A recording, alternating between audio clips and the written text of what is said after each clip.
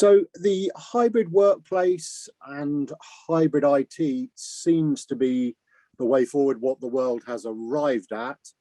And maybe the pandemic has accelerated that sort of trend, but has also served to throw up a number of potential problems. So if that's not too big a sort of opening proposition to contemplate, please give me your thoughts.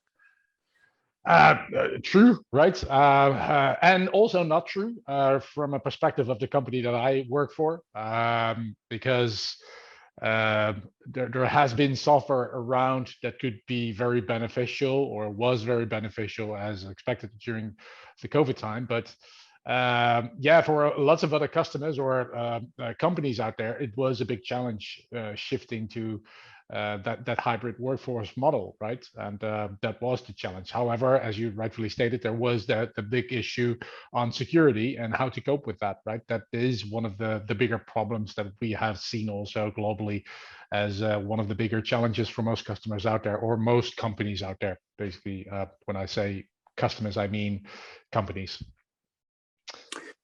Yeah, and in terms of the sort of the problems that have been highlighted or exaggerated by the pandemic, but I guess we're already there, sort of increased mobility. So clearly people were already working, not necessarily all the time in the office. They had their mobile devices, wanted to access IT from wherever they were, but clearly it's stepped up a level where whole companies are potentially working in remote locations away from the office.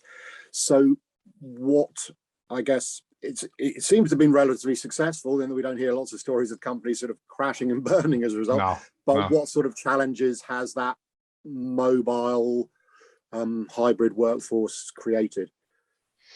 I think the moving between offices is a challenge for most customers out there, right? You have people moving between two office locations. You have people moving between the home office and the office itself. What is the equipment that you can use from home, right? Do you use a printer?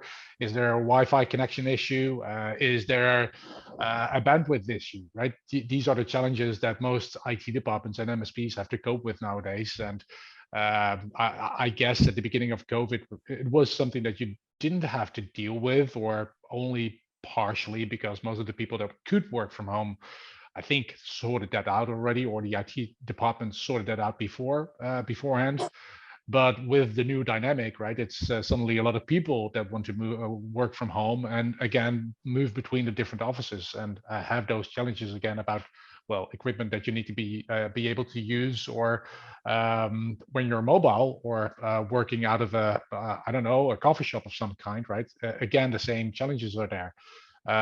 Bringing it back to security, what kind of data can you access if you're accessing an open access point in a Wi-Fi shop, right? Is there enough security there, right? So the challenges in regards of accessing data and the sort of data that you can access based on the connection or the location you're coming from can be a challenge for most companies, and those are the new dynamics that we have to deal with. And being able to centrally manage all of that is one of these dynamics that IT departments and MSPs have to deal with nowadays that could be seen as a challenge. But again, there are all sorts of solutions out there that can help you with that. And in terms of you mentioned, I think the two big ones, security and connectivity. Do you get the impression from talking to your customers that people have made do during the pandemic, and now that we're beginning to come out, they will start looking at permanent ways of addressing some of these issues? Or do you think people are still, what I'm saying, relying on home, as you say, home Wi-Fi and maybe poor bandwidth, and their security is probably quite frightening in the sense that it's not behind the company firewall, it's out there in the big sort of wide world? Do you get that impression that people have made do, and now they're thinking, what can we do to make this sort of enterprise secure, robust? Or do you think lots of people did it as they went along during the pandemic?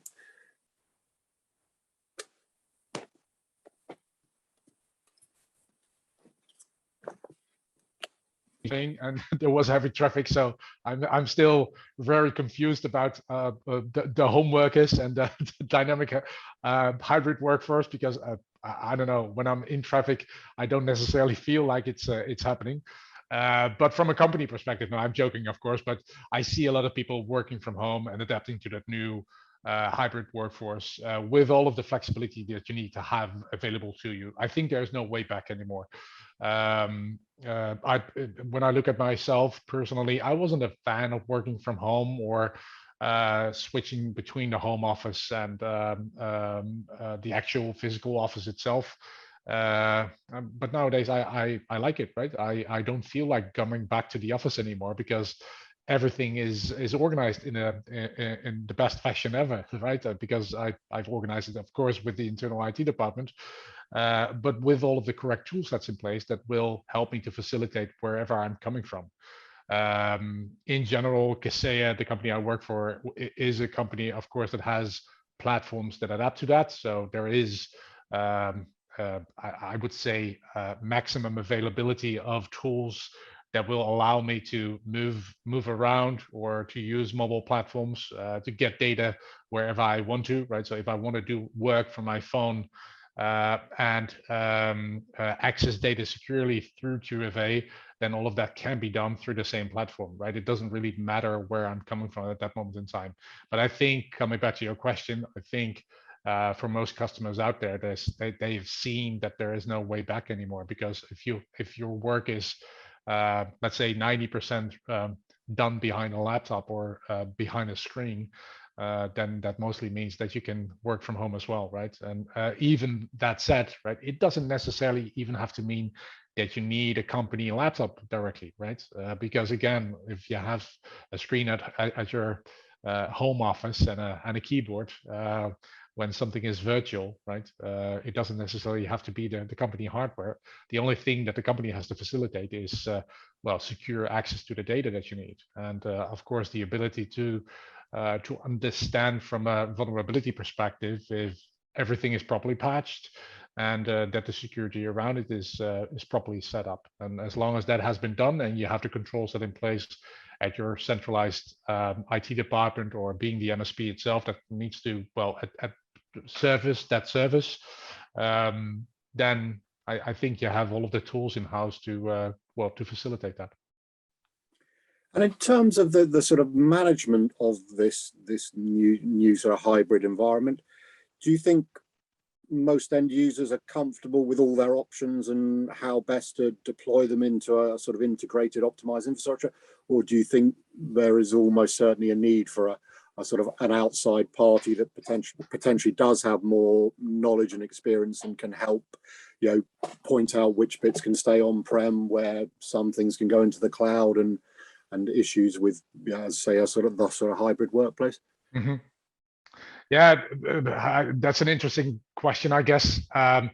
Again, from a personal perspective, working at Kaseya for 14 years right now, I don't see a difference between an IT department and an MSP. Basically, we are supporting end users, right? So that's what we need to facilitate.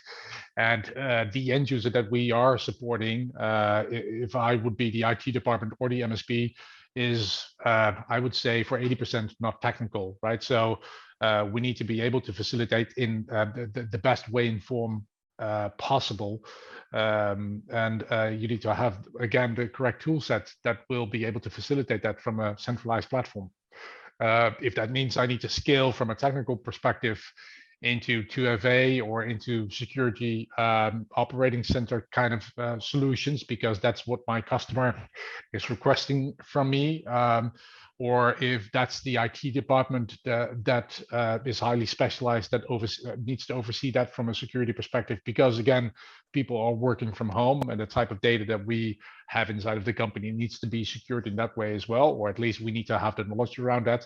Then it is all coming down to the platform, and the platform that facilitates that process in the best way and the best scalable way possible, with, of course, ease of use, right? So again, looking at IT departments and MSPs, basically they are the same, but their approach is slightly different, right? The MSP delivers as a service, but the IT department in the end is just delivering that same service to their end users. So yeah, they need to have a platform in place that can make it easier for the end user, and that's our goal as well, right? We want to, because we have to do more and more, right? You brought it up yourself, IoT. and hybrid work models, the challenges that we have in regards of security when people are working from home.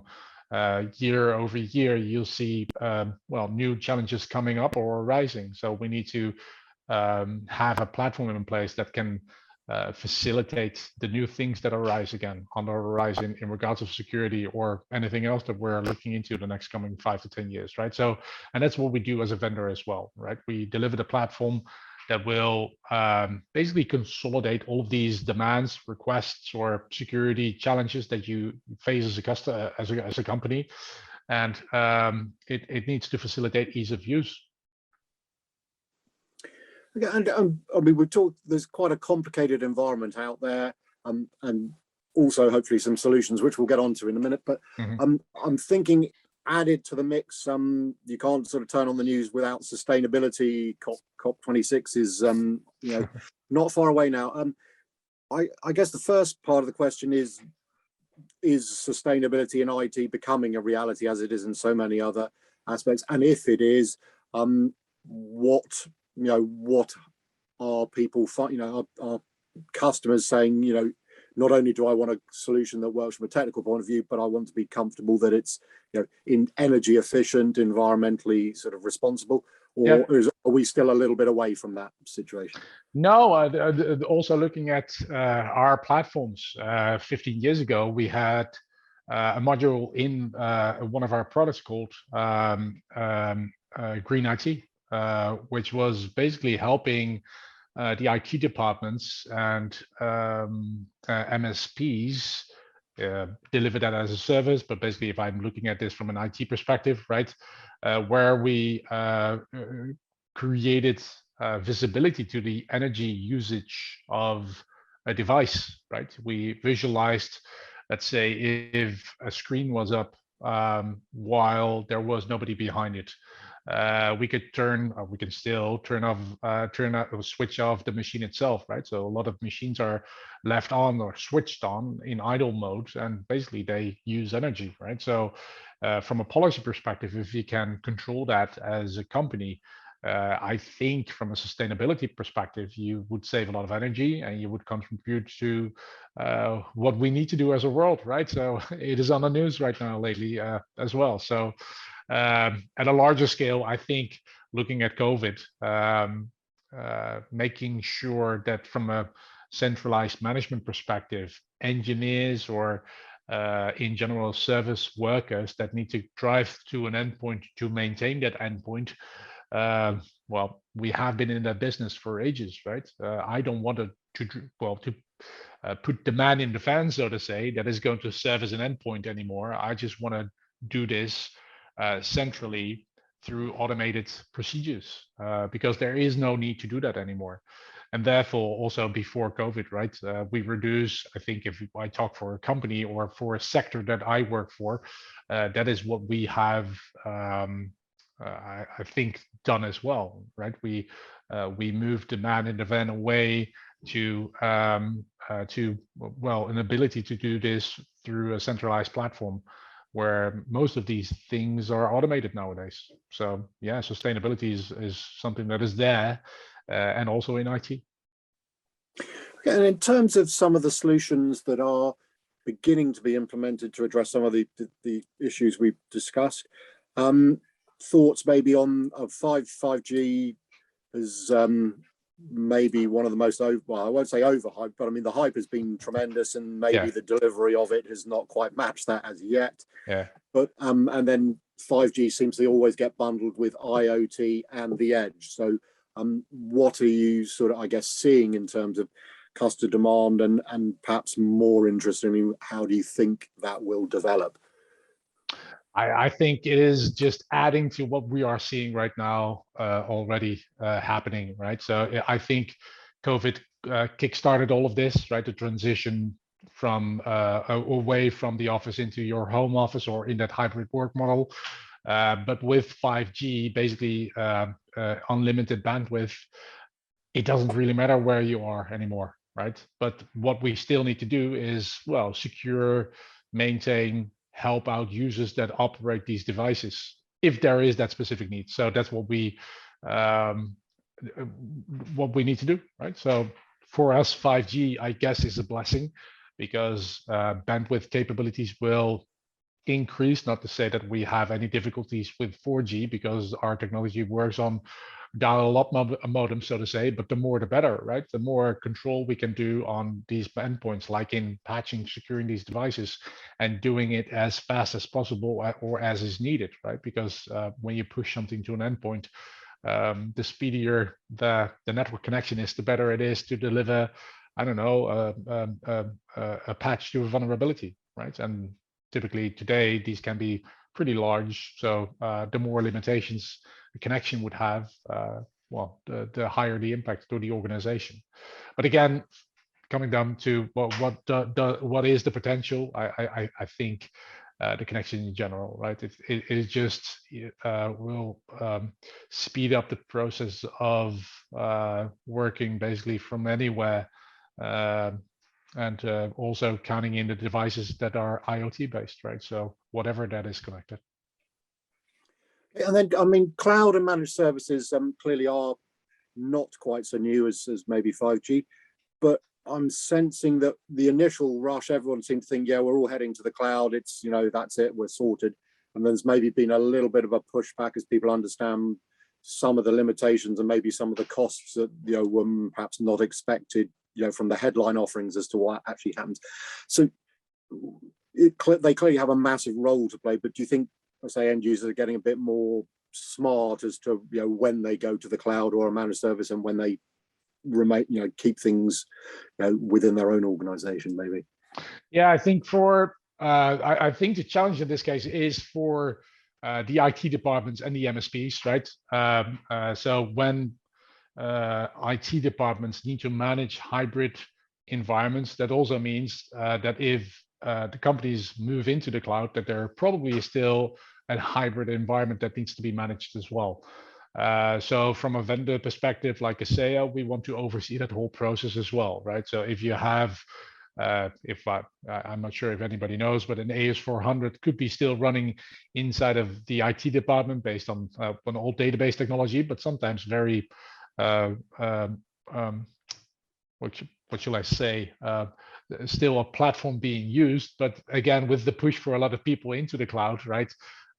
You'll see other departments using cloud-based applications already, and you have to connect those dots together, right? Because as an IT department, you still need to oversee, I don't know, application performance monitoring.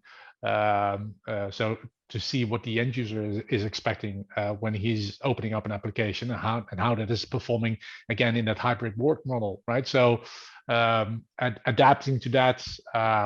It is again just or made more easy if you have the different platforms to control that process. You need to scale again also into new technology, and that also means that the technology that you have to control and to manage all of that needs to be able to facilitate that, and that's again what we do as a vendor. Okay, and security has been referenced not a few times whilst we've been chatting.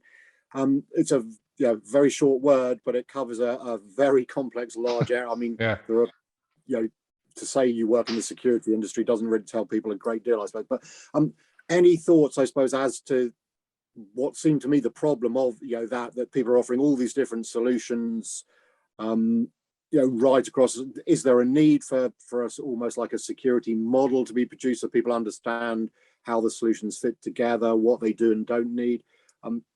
Any thoughts as to, you know, and it clearly is a battle. I mean, again, I know some people have the theory that it is possible to completely secure your organization and prevent any, you know, intrusions, and other folks take the view that it's a question of, you know, when, not if, and therefore you need to understand how to mitigate or, you know, spot problems and resolve them quickly.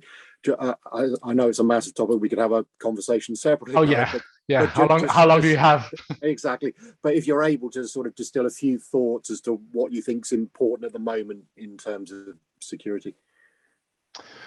Of course, it's a broad subject, as you mentioned to yourself already.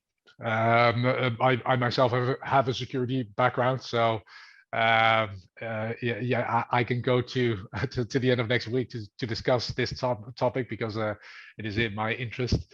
But yeah, nowadays we have to do something about security, right? There is no way around it. Well, the statements like it is not a matter of when or what, a matter of when, right? It is going to happen. Is I think one of the things I think about as well. I think the higher you build the wall of security, the less likely it's going to happen. But again, right, coming back to that same line that I threw in there before, that's still the challenge. I think it's a matter of what are you protecting, right? What is the amount of value you want to put next to that? And that's what it's coming down to, I guess, if that is your question. From a vendor perspective, again, we want to facilitate again to help to address that kind of positioning of security in regards of the type of data that you need to protect or the type of customer that you have to protect. You need to be able to facilitate a SOC, SIEM-based solution all the way at the end, but it also starts with just your generic AV solution that you need to be able to deploy, and then everything in between. So that could be backup, it could be disaster recovery. That should always be there, by the way, because if you don't have any backup or any disaster recovery, then if something happens, right, you don't have that fail safe. So again, facilitating all of that with 2FA, with managed security operation centers in place that we can also white label. I think we support the broader stack out there. And again, it's just a matter of scaling to what you need in regards of the value of the data that you're protecting, or when your business is going down, right? What is the impact to that? But that's a whole different conversation we probably need to have then in that case. But yeah, it's coming down to the stack, what you need and what you need to be able to protect. And just before we move on, it's education as well seems to me quite important in that there are lots of technology solutions, but dare I say, if some less than intelligent or person who doesn't understand what's going on is more than capable of opening an email they shouldn't or whatever. So is that quite an important part of it? You can have all these great tools in place, but if somebody does something that's fundamentally probably quite stupid, but if they haven't been told any better, that can cause problems as well. Yeah, for sure. It starts with the individual always, right? It's well, we were talking about the weekend before we started, but this is how it can also start, right? Clicking on a bad email, I myself pay attention to it, but if I had a short night with a kid that woke up in the middle of the night, and I maybe had a few drinks, right? Maybe I could have woken up with the wrong leg out of the bed, so to say, and yeah, that's where it all starts. So I'm a true believer in intelligence that you need to apply in regards to security, right? So if something like that happens, you need to have tools in place that can scan that email prior to clicking on it and secure your environment. So if it happens, and again, it's coming down to that same subject again, right? Not if, but when it happens, you need to have the correct tools in place that can save you.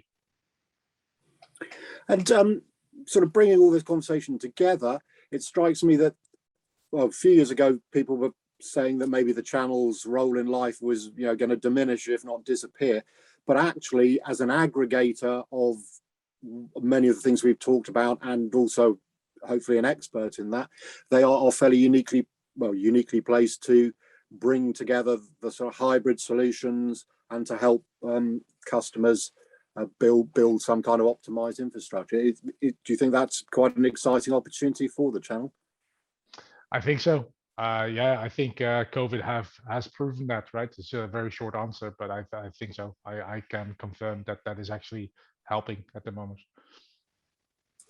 And in terms of the future, we talked about a few technologies.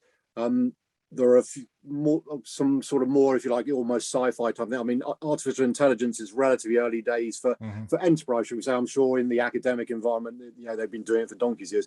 Yeah. But sort of AI, we've got blockchain that sort of poodles along, cryptocurrencies, but again, apparently are applications in mainstream enterprise for security in the supply chain, and the sort of artificial reality, augmented reality, virtual reality are potentially got roles to play. Any thoughts? I mean, as to, I say, it's all a bit sort of out there, but any thoughts as to where those technologies might find a place in the enterprise? Oh, AI, when I speak for Kaseya as a company, is absolutely the next step that we are going to make, right? We are big on automation and managed services. So anything that needs to be done manually by an individual is something that we started to automate 20 years ago. We actually have some AI already looking into our managed services steps or automated steps. We are dipping our toe into AI already, and that is going to be absolutely the next step that you will be seeing happening on an IT department or within an MSP, right? Because again, with IoT, 5G, multiple devices that we need to control and manage, the challenges to hire technical skilled people, right? We probably have all seen it at the moment that there is a big challenge at the moment. So how can you scale the demand on the market or at your customer's environment? That's the challenge. So we need to adapt with new technology to make this all happen again, right? So is it around the corner? Absolutely. When we talk about what was the other subject that you brought up? It's like blockchain and augmented virtual reality. Well, augmented and virtual reality. Also, one of these things that are and can be very interesting, right? I'm looking at a screen right now, but if I wear a goggle where I can bring up multiple screens and just mimic an office, right? Again, bring it